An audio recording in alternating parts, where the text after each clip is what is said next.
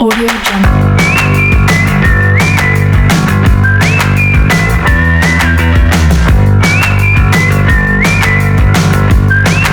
Audio Jungle.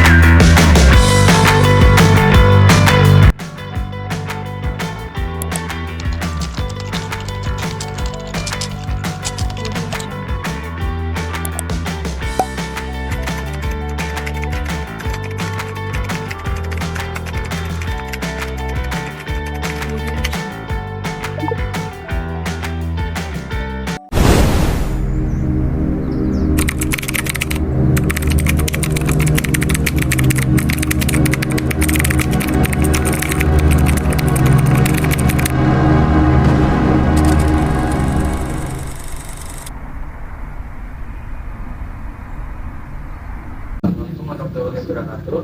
Perkenalkan, kami dari kelompok 6 yang beranggotakan saya, Zaki Abdul. Saya Muhammad Arifin, saya Franciscus Silvan.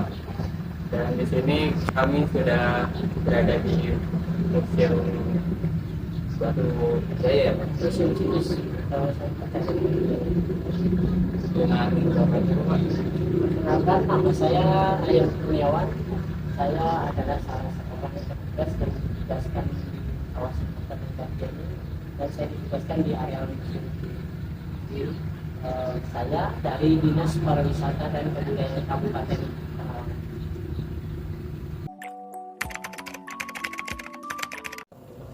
Cara yang memang kita dapatkan dari hasil penelitian di sini. Dari Tanjung Blok dari Ya, ini dari Candi Barawan ini komponen struktur. Karena rata-rata candi yang ada di kawasan Pertanian itu bagian atasnya sudah hancur. Iya, bisa disebut juga. Hasil ritual-ritualnya yang memang kita dapatkan juga. Cuma ya saya itu nggak bisa dibentuk karena memang jumlahnya itu nggak lengkap. Jadi kalau nanti terlalu banyak bata penggantinya malah bisa cagar budayanya akan hilang. Jadi rekayasa itu. Ini juga dibiarkan Biarkan. kalau nggak salah ini paling tertua ya. Betul, kalau dari hasil analisis karbon 14-nya kawasan pertanian Batu Jaya itu ada dua masa.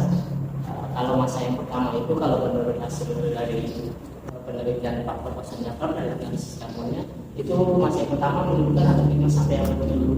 Namun ini kalau itu Tarumanegara itu masih karena kerajaan yang ada itu pada masa itu kerajaan Tarumanegara yang Peninggalan Tarumanegara. Nah untuk masa yang kedua, candi itu ada 2 lapis karena mengambil sampel arang sekam untuk analisis karbon dari 2 bata yang berbeda, yaitu dari 2 bagian batu yang beda, itu bagian terdalam dan keluar. Yang kan bagian keluar itu menunjukkan ada 7 sampai 10. Nah di sini Pak Profesor Jafar menunjukkan mungkin di masa abad 10 itu ada pemugaran, sehingga yang awalnya candi ini diubah menjadi candi Buddha. Makanya yang jadi kelihatan itu sekarang ini kita sedikitnya candinya candi Buddha. Tapi setelah dilakukan penelitian lebih lanjut dari tahun 1949 tahun pertemuannya, untuk di Batunya sendiri pertama kali dilakukan tahun 1985 sampai sekarang kita masih wilayah penelitian. Untuk titik situsnya sendiri yang sudah didata menurut jaringan sejarah itu secara memanfaatkan waktu itu kalau sekarang kita di BPKB 9 bersama dengan kita Penas, kita sudah mendata ada 62 titik yang diduga ada indikasi benda cagar budaya, jadi terdapat benda cagar budaya 62 titik dengan radius areanya 50 meter persegi pada 500 hektar. Tapi dari 62 titik tersebut yang dilakukan pengubaran itu baru 4 titik. Baru Candi Jiwa, Candi Bandolan, Candi Sini, dan Candi Tanah. Kalau kita di sini, kawasan kita di sini secara administratifnya ada di 2 wilayah. Jadi sebagian itu ada di Desa Segaran, Kecamatan Batu Jaya dengan nama Situ Segaran misalnya. Misalnya Saudara 1, Saudara 2 dan yang lainnya. Tapi kalau penamaan candi itu biasanya dari nama yang diambil dari penamaan oleh masyarakat. Kalau yang sebagiannya lagi ada di Desa Talaga Jaya, Kecamatan Lepakis, karena ada pemakaran sekarang menjadi wilayahnya Desa Putwi. Jadi dengan namanya Situ Talaga Jaya. Ini jadi ada 2, sudah ada 4, 2 di Situ Segaran, yang 2 lagi ada di Situ Talaga Jaya. Nah, sedangkan kalau koleksi kita di sini museum ini dulunya diresmikannya tahun 2004 oleh Gubernur Jawa Barat dulu Pak Haji Dari Setiawan. Itu dulu difungsikan sebagai penyelamatan. Karena memang banyak pengunjung dan juga orang-orang lokal juga banyak yang belum tahu, karena awalnya masyarakat itu kenal cuma berupa umur atau hubungan tangan sudah digali, dan ternyata itu candi, jadi mereka juga banyak butuh informasi, kemudian dibuatlah gedung penyamaran itu maksudnya sebagai museum. Nanti sekarang ini dipindahkan ke sebenarnya. Nah ini apa yang kita pamerkan di sini ini adalah hasil temuan-temuan yang dikumpulkan oleh Puspit Athena bersama dengan BPCB Serang Banten pada waktu itu, dan juga dari oleh Arkeologi Bandung. Jadi ini temuan-temuan yang didapatkan di sini sebagian besar tadi dengan koleksinya yang tertuanya itu dari sekarang abad kedua dan yang termudanya abad 19 yaitu berupa keramik, tapi bukan dari sini, dari Muargemo. Nah kalau di sini sendiri ini ada papan informasi yang menerangkan tentang bagaimana pertama kali dibilangnya tahun penemuannya. Nah ini dibilang tahun penemuannya tahun 1984 itu awalnya ada KKN dari mahasiswa dari Fakultas Sastra Universitas Indonesia, tapi mereka melakukan penelitiannya bukan di sini dulu, tapi di daerah Cibuaya. Nah mereka datangnya ke sana karena masyarakat di Cibuaya itu pernah menemukan arca Wisnu. Jadi ada yang ditemukan tahun 1930, ada yang ditemukan tahun 1957, tapi baru diserahkan ke pemerintah itu tahun 1977 habis. Nah dari temuan itulah mereka melakukan kegiatan KKN. Dan ternyata tempat yang ditemukannya arca ini di dekat situ. Ada juga di sana berupa bumbukan tanah, berupa titik situsnya itu berupa bumbu juga, tapi namanya Madulur masyarakat Indonesia. Nah di sana ada 6 titik situs yang sudah didata, tapi sekarang yang terkenal itu cuma 2, itu Madulurangan sama Madul. Bahkan sampai saat ini di sana itu belum ada tindak lanjut untuk situs, jadi masih berupa bumbukan seperti itu. Nah dari penelitian atau KKN di sana kebetulan ada orang sana yang tahu tentang daerah Batu Jaya. Jadi memberikan informasi kalau Madulur itu yang paling banyak kan di Batu Jaya, yaitu informasi dari masyarakat di sana kepada yang sedang meneliti sedang KKN. Sehingga mereka survei di sini. Ternyata di sini yang paling banyak. Nah sampai saat ini kita yang saya bilang di sini itu mulai 18 penelitian tahun 1985 sampai saat ini sudah mendata dan 62 titik. Berarti kelengkap gitu ya tadi ini? Betul, kalau candinya kondisinya itu nggak lengkap. Jadi bagian atasnya itu sudah hancur. Dan itu kenapa bisa sampai seperti itu sehingga menjadi tumpukan tanah seperti itu? Mungkin tadi sudah lihat di lokasinya, karena candinya itu agak terendam di bawah tanah. Itu kalau menurut hasil penelitian dari Puspit Athena dan juga dari BPCB Serang Banten pada waktu itu lapisan tanah yang menutupi candi itu adalah lapisan yang biasanya dibawa sama endapan lumpur dari banjir atau sedimentasi yang jadi bawah banjir. Jadi kesimpulannya, kalau menurut Pak Profesor Japan, kawasan pertanian Batu itu terpendamnya karena adanya bencana alam banjir. Nah yang tadi saya bilang juga untuk penelitiannya itu ada Taruman Negara abad 5 sampai 7, kemudian Taruman Negara abad 7 10. Jadi masanya itu Hindu sama Buddha, dibilangnya masa Prali. Dan bahkan setelah candinya itu dipugar, para peneliti mencari lapisan budaya istilahnya di bagian paling dasar candi karena ada beberapa titik yang sudah dilakukan penggalian. Dan ternyata kita juga banyak menemukan indikasi-indikasi kalau temuan dari situs Batu Jaya itu mengarahnya ke masa yang lebih tua, yaitu dengan ditemukannya gerabah-gerabah harga mendunia itu. Jadi dibilangnya gerabah situs bumi. Nah ini barang-barang perlengkapan upacaranya itu kita dapatkan pada waktu penggalian, dan juga ada beberapa perlengkapan manusia yang kita temukan dari dasar candi Landungan itu sama candi Lempeng itu 1 meter di bawah. Ini hasil penelitian kalau waktu itu ada kerjasama antara Puspit Athena dengan FPO. FPO itu pertanian tapi dia bawa arkeolog. Mereka menemukan kerangka manusia dan dilakukan cek karbon, ternyata kerangka ini malah lebih tua.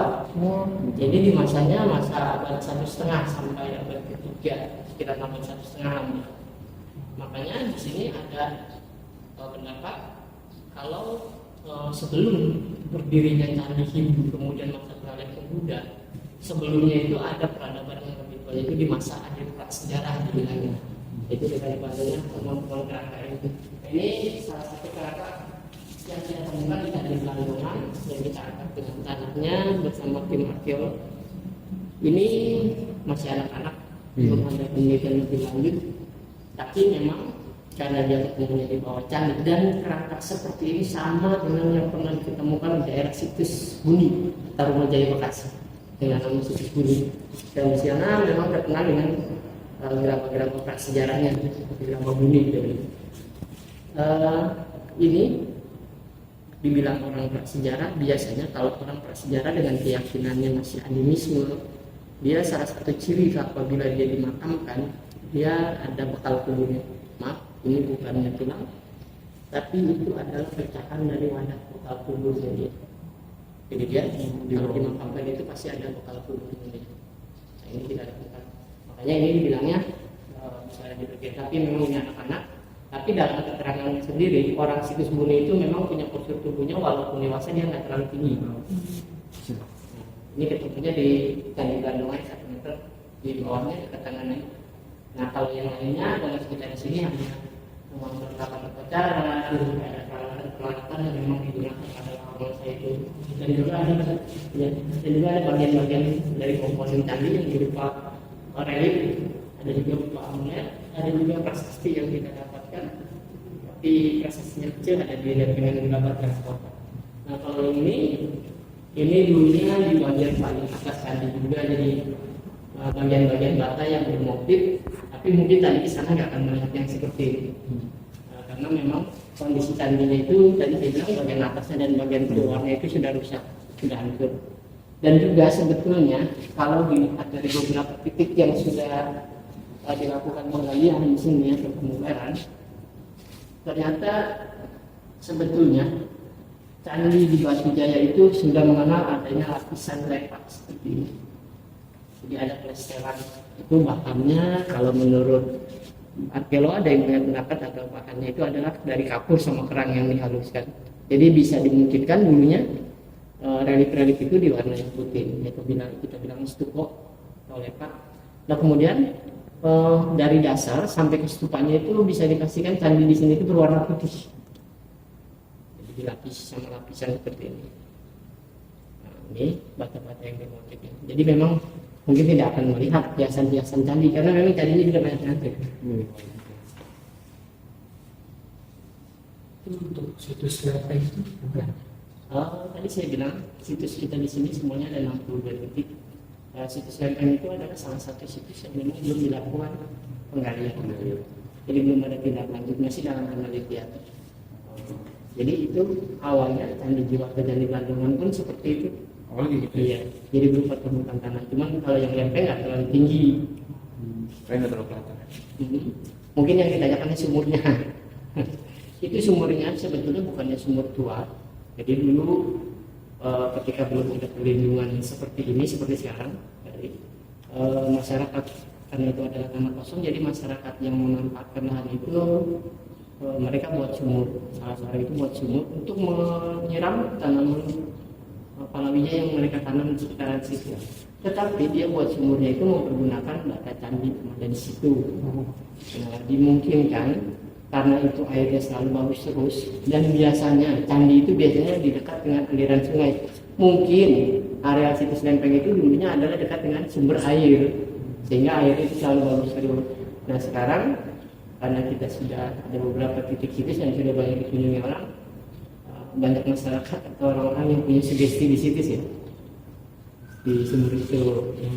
Ya kebetulan juga memang itu ada mengangkat karena ada juga batu dolmen ya. Dolmen itu yang diangkat diri itu dulunya merupakan dolmen jadi datar gitu. Makanya masyarakat sini bilangnya itu situs lempeng karena ada lempengan batu itu dulunya dolmen dan biasanya dolmen itu sebagai tempat untuk meditasi. Itu belum salah satu yang belum dilakukan penggalian. Termasuk yang di situs damar tadi ya. Nah itu yang kayak tempat parkir itu yang di situs damar itu. Itu juga canggih. Oh iya yang dari Ya yang di pagar BRC itu juga canggih. Itu belum dilakukan penanganan lebih lanjut juga. Dan yang seperti itu masih banyak. Tadi masih ada 62 titik. 62 titik dengan luas arealnya 5 km persegi atau lebih tepatnya 500 hektar. Jadi di sana sebenarnya banyak candi cuma belum. Iya, itu masih banyak jadi dengan radius 5 km persegi. Itu ada di 2 desa dan di 2 kecamatan. Ada di desa Segaran Kecamatan Batu Jaya dan sebagian lagi ada di desa Telaga Jaya Kecamatan Lepakas. Jadi kita di sini memang masih wilayah penelitian.